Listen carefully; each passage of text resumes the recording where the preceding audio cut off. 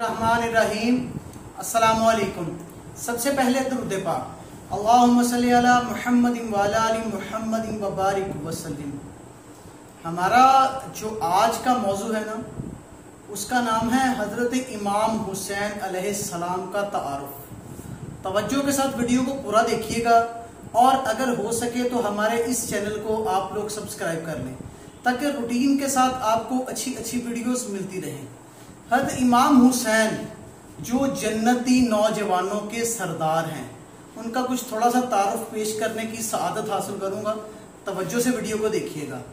آپ کا مکمل تعارف حسین بن علی بن ابی طالب بن عبد المطلب بن ہاشم بن عبد مناف بن قصا بن کلاب بن مرہ بن کعب بن لوئی بن غالب بن فہر بن مالک بن قریش بن کنانہ بن خزیمہ بن مدرکہ بن الیاس بن معذر بن نزار ماد بن عدنان ہے۔ یہ آپ کا تھوڑا سا تعارف ہے۔ آپ رضی اللہ تعالیٰ عنہ کی والدہ فاطمہ الزہرا بنت رسول محمد بن عبداللہ بن عبد المطلب بن ہاشم ہیں۔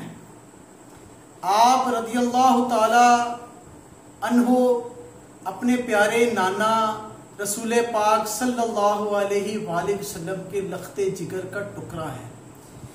آپ صلی اللہ علیہ وآلہ وسلم نے فرمایا کہ اللہ تعالیٰ کی طرف سے یہ امر ہے کہ میں اپنے بچوں کے نام حسن اور حسین رکھوں، اور روایات میں نقل ہے کہ زمانہ جاہلیت میں یہ نام کسی نے بھی نہیں رکھے اور کہیں بھی استعمال نہیں ہوئے بلکہ سماوی نام ہیں۔ 3 شعبان 4 ہجری بمطابق جنوری 626 کو حضرت امام حسین اس دنیا میں تشریف لائے اور آپ کے نانا دو عالم کے سرکار صلی اللہ علیہ وآلہ وسلم نے آپ کا نام حسین رکھا اور آپ کے کان میں اذان اور اقامت عطا فرمائی، اور آپ کی آمد کے 7ویں دن ایک دمبا ذبح کیا اور آپ رضی اللہ تعالیٰ عنہ کے موئے مبارک کے مطابق اس وزن کے مطابق چاندی صدقہ کی،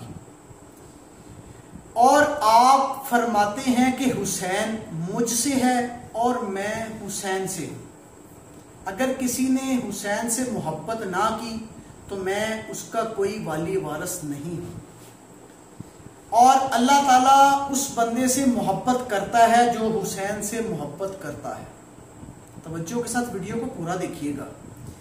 آپ نے بیت نبوت یعنی کہ آپ حضرت امام حسین رضی اللہ تعالیٰ عنہ نے بیت نبوت پر پرورش پائی یہاں تک کہ آپ کا 6 سال مکمل ہو گئے۔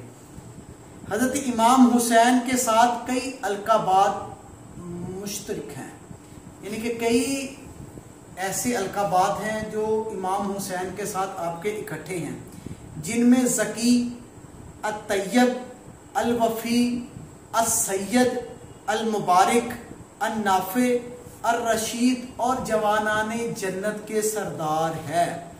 بعض روایات میں سید الشہداء اور شہید بھی منقول ہے۔ آپ کی والدہ حضرت بی بی فاطمہ نہایت ہی پاکیزہ اور اچھی عورت تھی، اور حضرت امام حسین کی اولاد میں سے علی اکبر، علی سجاد، علی اصغر، جعفر، فاطمہ اور سکینہ شامل ہیں۔ یزید ملعون نے اپنی خلافت کے دور میں خلافت کا راستہ ہموار کرنے کے لیے والی مدینہ کو خط لکھا کہ حضرت امام حسین سے بیعت طلب کر کے ان کی بیعت لی جائے، مگر آپ کو اس کے ارادوں کا جب علم ہوا نا تو آپ نے مدینہ ہی چھوڑ دیا اور مکے کی طرف روانہ ہو گئے۔ امام حسین رضی اللہ تعالیٰ عنہ کے انکار بیعت کی خبر تمام اسلامیہ کی خلافت میں پھیل گئی اور آپ نے مکہ سے کوفے کا سفر کرنا شروع کر دیا، جو کہ اپنے وقت میں ایک فتنوں کا گڑھ سمجھا جاتا تھا۔ مکہ چھوڑ کے آپ کوفہ کی طرف چلے گئے، جو کہ فتنوں کا گڑھ سمجھا جاتا تھا۔ مگر کوفہ کے شرکا نے مل بیٹھ کر فیصلہ کر لیا تھا کہ اب وقت آ گیا ہے ان جو شریر لوگوں سے نجات کا۔ تو ہم یہ کریں گے کہ حضرت امام حسین جب ادھر تشریف لائیں گے تو ان کے ہاتھ پر بیعت کر لیں گے۔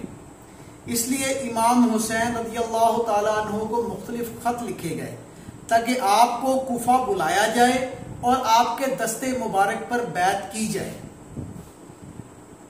تو جس طرح خطوط آپ رضی اللہ تعالیٰ عنہ تک پہنچے تو آپ نے اپنے چچا زاد حضرت مسلم بن عقیل کو بلایا اور مزید تاکید کے لیے کوفہ روانہ کیا۔ جب جناب مسلم کوفہ پہنچے تو انہوں نے کوفہ شہر کو امام حسین کی خلافت اور یزید کے خلاف پایا، یعنی کہ انہوں نے جا کے دیکھا کہ لوگ حضرت امام حسین کی بیعت کرنا چاہتے ہیں اور یزید کے خلاف ہیں۔ ایک روایات میں یہ بھی ہے کہ 18,000 لوگوں نے جناب مسلم کے ہاتھ پر بیعت کی، جس کی بنا پر جناب مسلم بن عقیل نے حضرت امام حسین کو خط لکھا کہ آپ جلد از جلد کوفہ کی طرف روانہ ہوں۔ مگر امام حسین رضی اللہ تعالیٰ عنہ کو آپ کے اصحاب نے کوفہ کی طرف ہجرت کرنے سے منع فرمایا۔ جب اس بات کی خبر نئے اموی خلیفہ کو پہنچی تو سب سے پہلے اس نے والی کوفہ نعمان بن بشیر کو برخاست کر دیا، اس کو اپنے عہدے سے ہٹا دیا اور اس کی جگہ عبداللہ بن زیاد کو والی کوفہ مقرر کر دیا، جس نے سب سے پہلے قبائلی سرداروں کو 2 اختیارات دیے۔ اول اختیار یہ تھا کہ حضرت امام حسین کا ساتھ چھوڑ دیں یا پھر شام سے آنے والے لشکر کے لیے تیار ہو جائیں، جو ان کے ساتھ لڑائی کرے گا اور ان کو ختم کر دے گا۔ وہ لشکر چونکہ کافی بڑا جنگجو تھا، اس لیے وہ لوگ تیار ہو گئے۔ لوگوں نے آہستہ آہستہ مسلم بن عقیل کو چھوڑ دیا، یہاں تک کہ جناب مسلم بن عقیل کو شہید بھی کر دیا گیا۔ لیکن حضرت امام حسین رضی اللہ تعالیٰ عنہ کوفہ کی طرف روانہ ہو چکے تھے، کیونکہ حضرت امام حسین کو جناب مسلم کے بعد کوئی بھی خط نہیں ملا تھا، ان کو بتایا نہیں گیا تھا کہ کیا حالات ہو چکے ہیں کوفے کے حالات کتنے بگڑ چکے ہیں۔ حضرت امام حسین کا قافلہ چلتا رہا یہاں تک کہ ارض طف آ پہنچا اور روز عاشوراء کربلا مقدسہ کا وہ دن بھی آ پہنچا جب میدان کربلا مقدسہ میں حضرت امام حسین رضی اللہ تعالیٰ عنہ کے علاوہ کوئی بھی نہ تھا۔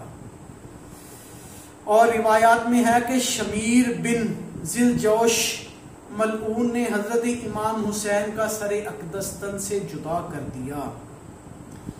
آپ اس وقت حالت نماز میں تھے اور امام حسین 56 سال کی عمر میں اس دنیا سے جام شہادت نوش کر کے چلے گئے۔ آپ کی شہادت نے تمام عالم میں بسنے والے مسلمانوں اور انسانیت پر گہرا اثر چھوڑا ہے۔ ان کی شہادت پر ہم بھی سوگوار ہیں۔